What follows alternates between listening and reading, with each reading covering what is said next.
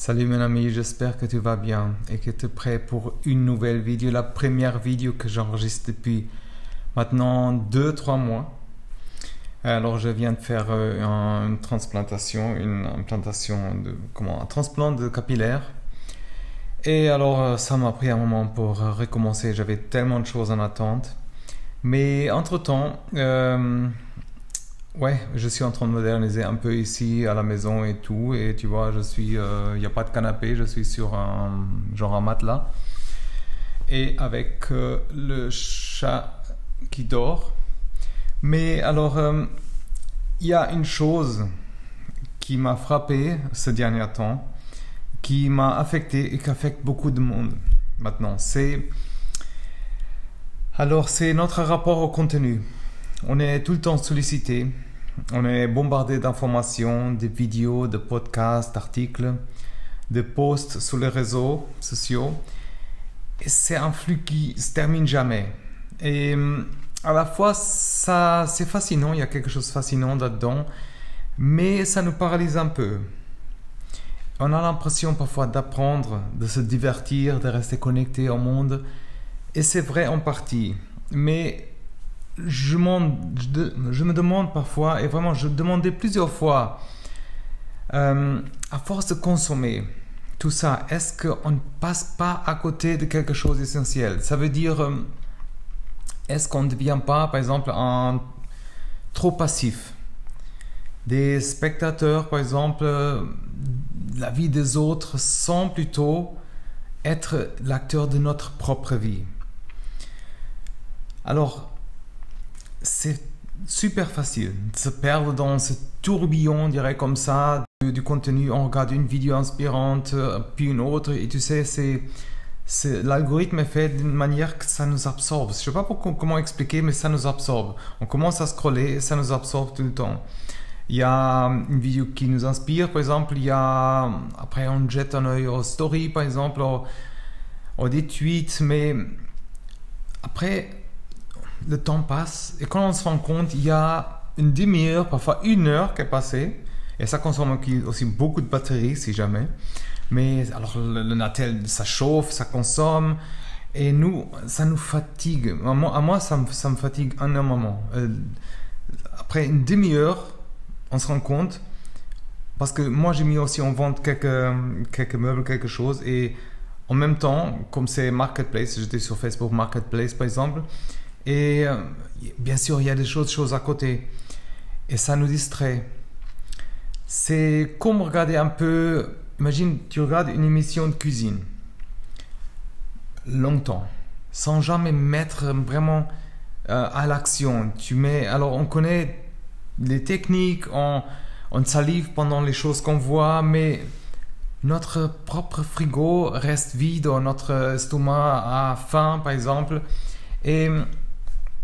alors pourquoi c'est important d'arrêter de consommer de contenu et de commencer sa vie activement, créer sa vie activement?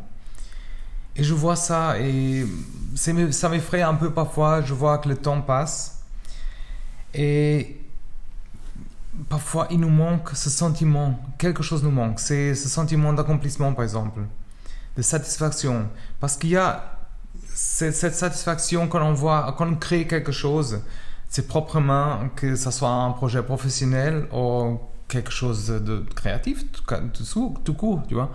Il y a une relation avec nous-mêmes. Ça veut dire, une création, ça nous donne cette satisfaction, ce sentiment d'utilité, de fierté, de satisfaction, et qui est bien différent de juste être passif et consommer.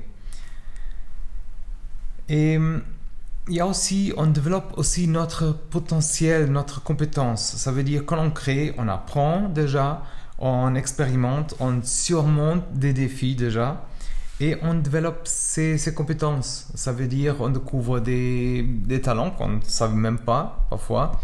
Et si on agit comme ça, on grandit. On révèle notre potentiel et c'est une connexion avec nous-mêmes. Ça veut dire créer, c'est souvent une expression de notre identité, on dirait, de nos valeurs, de nos passions. et partager nos créations avec les autres, comme moi je suis en train de partager avec toi.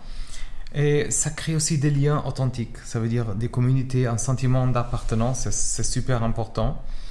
Et on contribue aussi à ce monde qui a vraiment besoin parfois. Alors ça veut dire que ce soit à petite ou grande échelle, nos créations ont un potentiel d'apporter quelque chose aux autres, d'inspirer, d'aider et divertir aussi. On devient acteur d'un changement positif, même minime. Et on contrôle aussi notre propre histoire, notre vie.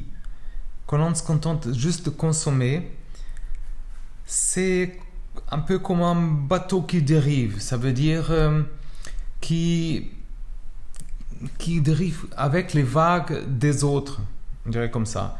Quand on crée, on prend la barre, on choisit notre direction, on devient proactif au lieu d'être juste réactif à quelque chose.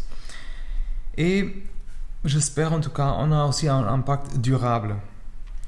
Ça veut dire le contenu qu'on consomme est souvent éphémère, ça veut dire disparaît. Ça veut dire une vidéo qu'on regarde, un post qu'on scrolle, une information qui est vite oubliée. Et c'est ça qui m'a frappé aussi beaucoup, c'est on consomme. À la fin, c'est fatigant, ça nous absorbe. Mais à la fin, si on pense bien, qu'est-ce qu'on a appris avec tout ça? Pas grand-chose. Parfois, il y a des trucs, mais je dis, il n'y a pas grand-chose. Le temps passe et notre temps est passé. Au lieu de 7 heures, comme moi ici, je fais la peinture, j'ai rénové ici le salon. C'est ça qui est satisfaisant. Ça veut dire... Mais... Alors, quand on crée, on a vraiment cet impact qui est durable. Ça veut dire on laisse une trace, on inspire quelqu'un. Et ça crée une joie de vivre. Ça veut dire être acteur de sa vie, poursuivre ses passions, réaliser ses projets. Ça apporte une joie profonde, authentique.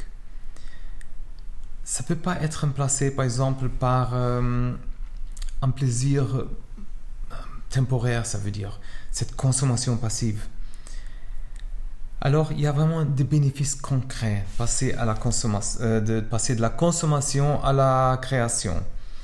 Par exemple, dans tes projets personnels ou tes passions, au lieu de regarder des tutoriels pendant des heures, lance-toi. Tu peux regarder un tutoriel ou quelque chose comme ça, mais lance-toi, essaye. Tu apprends beaucoup plus en pratiquant, en faisant des erreurs surtout, et en les corrigeant. Ça veut dire, tu crées ton style, tu développes tes propres idées, et même dans nos relations, au lieu de scroller sur le profil des autres, comme c'est m'arrivé déjà, on est curieux, hein, on a investi notre temps et énergie, par exemple, dans des relations qui sont réelles. On crée ces moments de qualité, on communique avec les autres.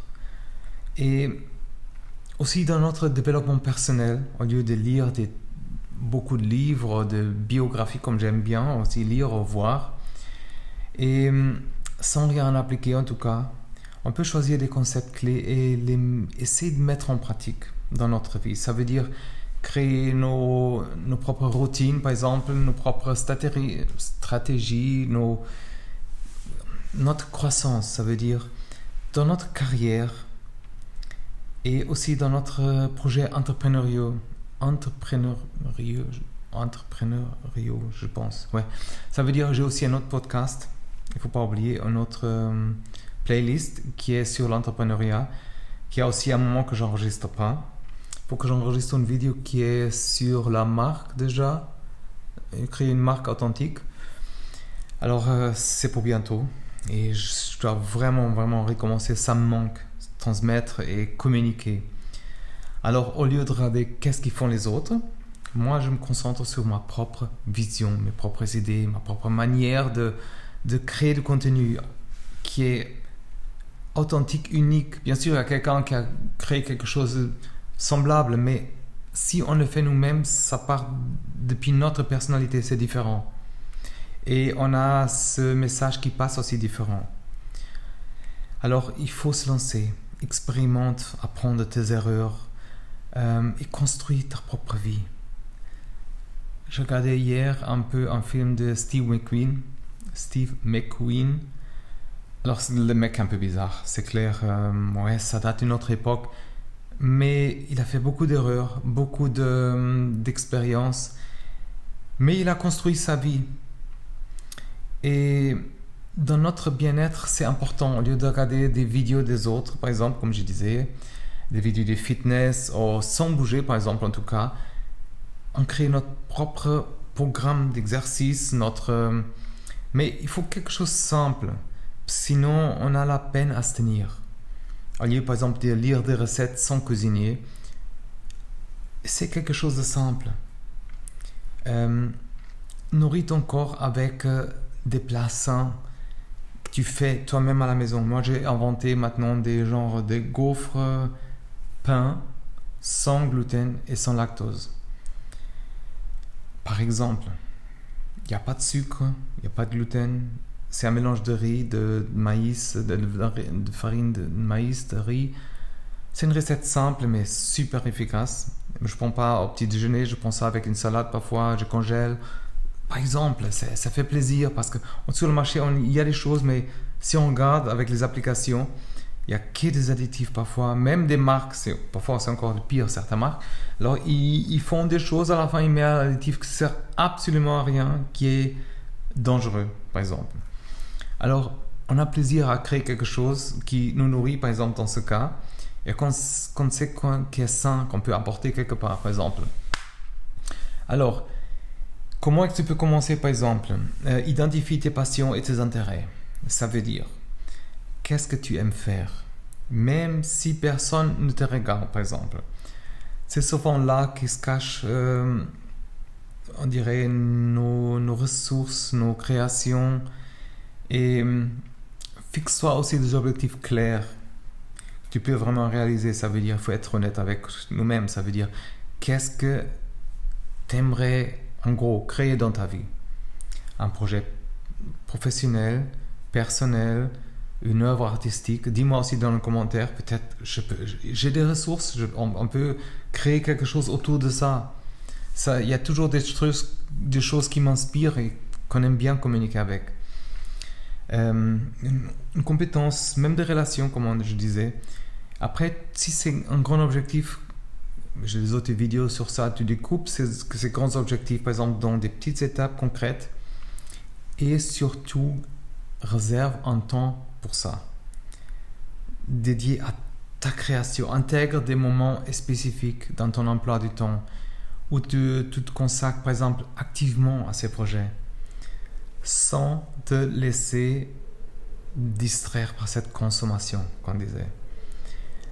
Commence petit, crois-moi.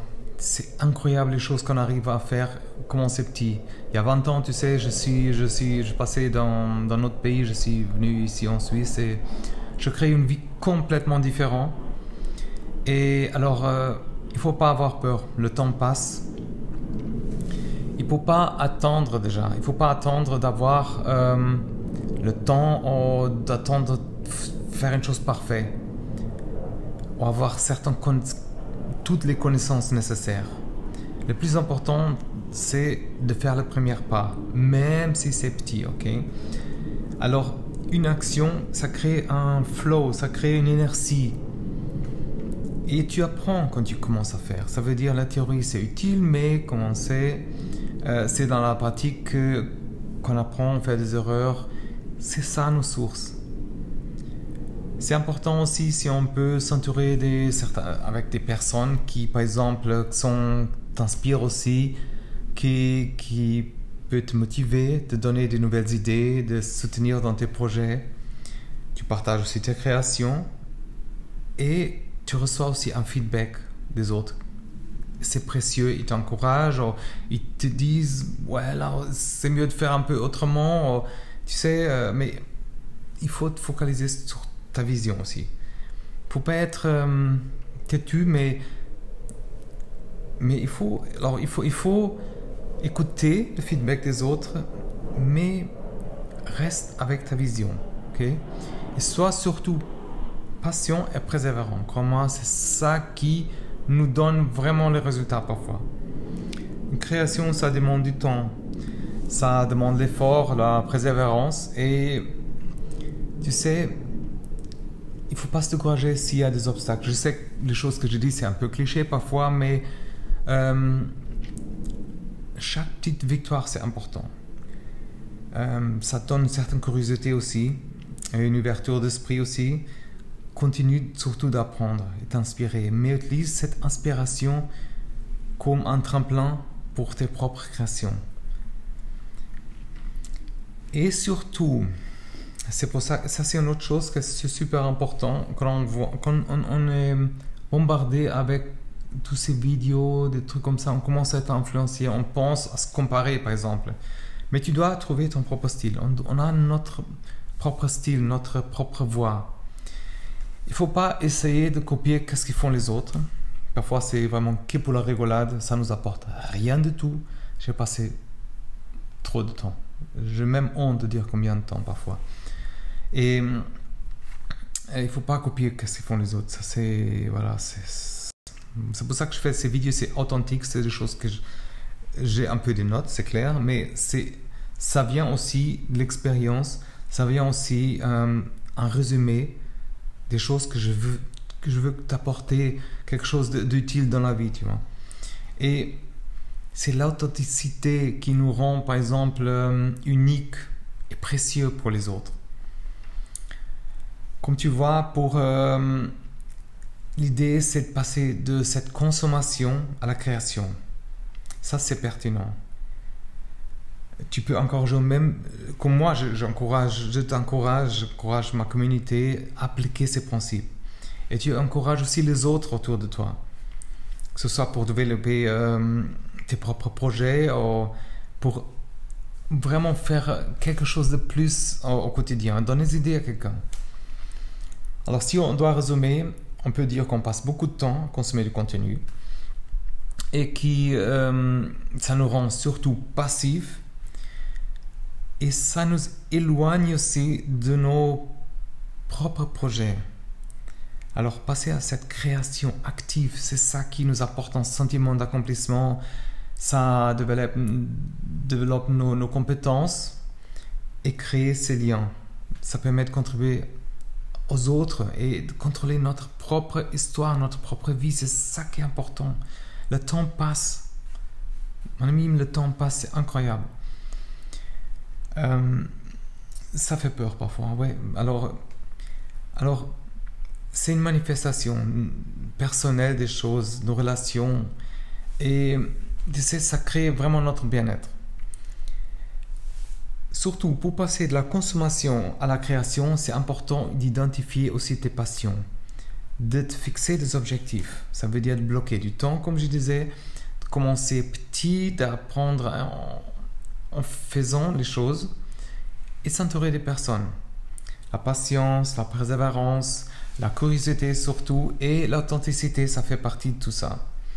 Alors, si cette vidéo t'a donné envie de switcher du rôle de consommateur pour être un créateur, commencer à façonner, être acteur de ta propre vie, tu vois. Il ne faut pas hésiter à t'abonner à ma chaîne déjà et à partager dans les commentaires, poser avec des autres des idées. Et comme je disais, si tu as besoin d'aide, il faut dire parce que j'ai vraiment des ressources incroyables. Je crée avec du temps. Et pour rien manquer, aussi, regarde dans la description. Je vais commencer à créer des autres. Je suis en train de créer des projets, des ressources qui peuvent bien t'aider. Et comme je dis, je t'invite aussi à inscrire à mon bulletin que j'envoie toutes les semaines. Le lien aussi est dans la description. C'est une super manière de rester motivé, de continuer notre chemin de création ensemble. Merci infiniment en tout cas d'avoir regardé cette vidéo ou d'écouter le podcast. C'est accessible sur Google Podcast et Apple Podcast. Et alors on reste là pour nous soutenir mutuellement dans ce chemin. Et n'oublie pas que tu as le pouvoir de créer une vie extraordinaire. Alors il faut se lancer et à très vite sur mon blog, mes vidéos et ici sur Lovita Style de Vie. Tout de bon, bye bye.